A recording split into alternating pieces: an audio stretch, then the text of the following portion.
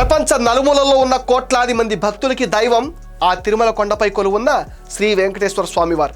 ప్రసిద్ధి పుణ్యక్షేత్రమైన తిరుమలను గత పాలకులు అవినీతికి అడ్డాగా మార్చేశారు. జగన్ రెడ్డి పుణ్యమా అని కల్తీ నెయ్యి, పరకామణ చోరీ కేసులు ఇప్పుడు నేషనల్ టాపిక్ అయ్యాయి. టీటీడీలో జరిగిన 2 కుంభకోణాల మీద ఇప్పుడు దర్యాప్తు సంస్థలు విచారణ చేస్తున్నాయి.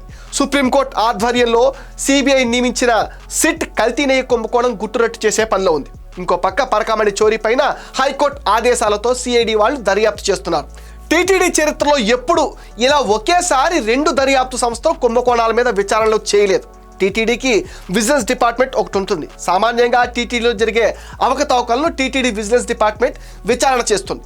టీటీడీ వ్యవహారాలపైన సిబిఐ, సిఐడి లాంటి అత్యున్నత సంస్థలు దర్యాప్తు చేయటం చాలా అరుదు. జగన్ రెడ్డి పుణ్యమా అని టీటీడీకి ఆ మరక కూడా అంటింది. స్వామివారి భక్తులు ఈ విషయంలో ఎంతో బాధపడుతున్నారు. నెయ్యకాని నెయ్యతో లడ్డూలు తయారు చేశారనే వార్తలు విన్న భక్తులు తట్టుకోలేకపోతున్నారు. పరకామణిలో చోరీ జరిగితే నిందితుడికి శిక్ష పడాలి, కానీ అప్పటి టీటీడీ పెద్దలే నిందితుడితో రాజీ చేసుకోవటం భక్తులను ఎంతో బాధ పెడుతుంది. కూటమి ప్రభుత్వం వచ్చాక ఇవన్నీ బయటపడ్డాయి. ఒకవేళ జగన్ రెడ్డి మళ్ళీ వచ్చి ఉంటే స్వామివారిని కూడా దోచేసేవారని భక్తులు అనుకుంటున్నారు. ఇంతటి ఘోరాలు చేసిన వైసీపీని స్వామివారి భక్తులు ఈ జన్మలో క్షమించరు.